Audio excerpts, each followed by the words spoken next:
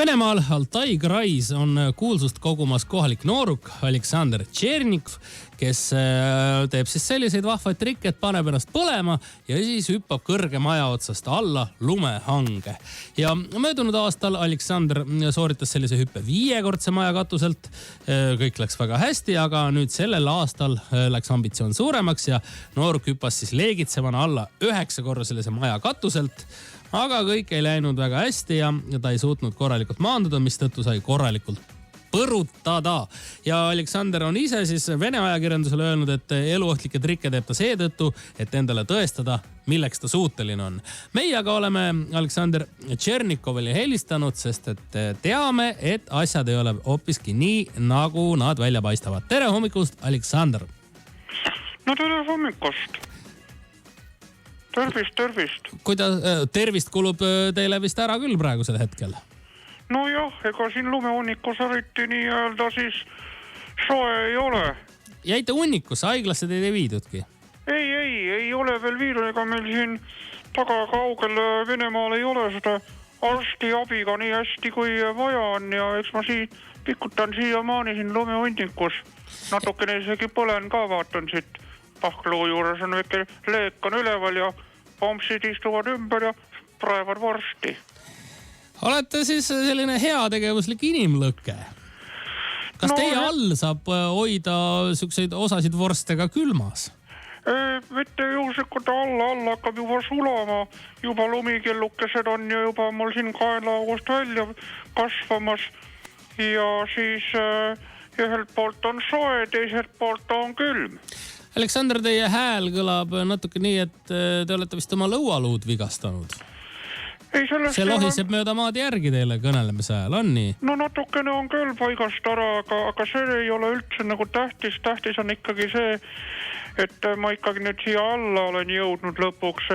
Kukkumine oli päris kaua, nagu ajalehes ka kirjas oli, et lootsin, et kukun kiiresti alla, aga hakkasin õljuma natukene ja siis läks kuskil 2 minutit aega enne kui maapinnane jõudsin ja ega siit jah, lund tuli hakkas sadama ja ega ma siit kuskile vist enne märtsi lõppu ei hakka minema ka, enne kui karu üles ei järka, kui nagu võib nii öelda. Aleksandr, lubage teilt küsida Marko Reikopi sõnadega, miks te seda kõike teete?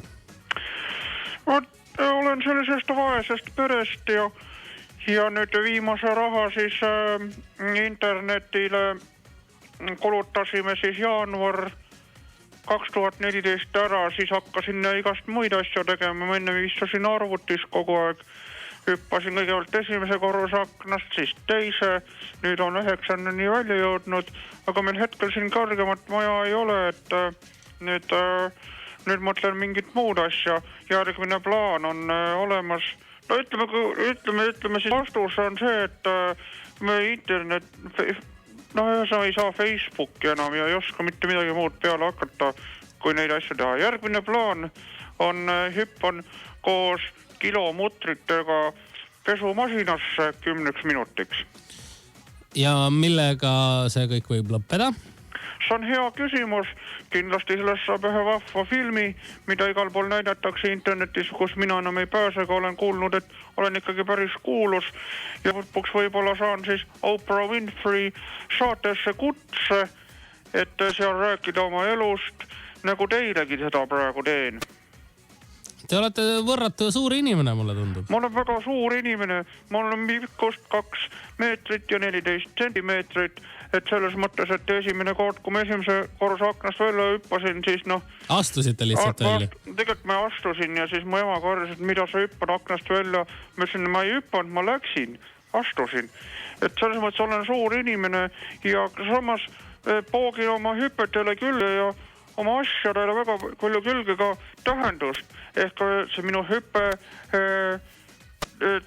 pöörasin sellega tähelepanu sõjale Ukrainas ja sõjale Süürias ja Jordaanias ja ausalt öeldes nagu näha, siis minu hüpe tõi ka vaherahu Donetskisse.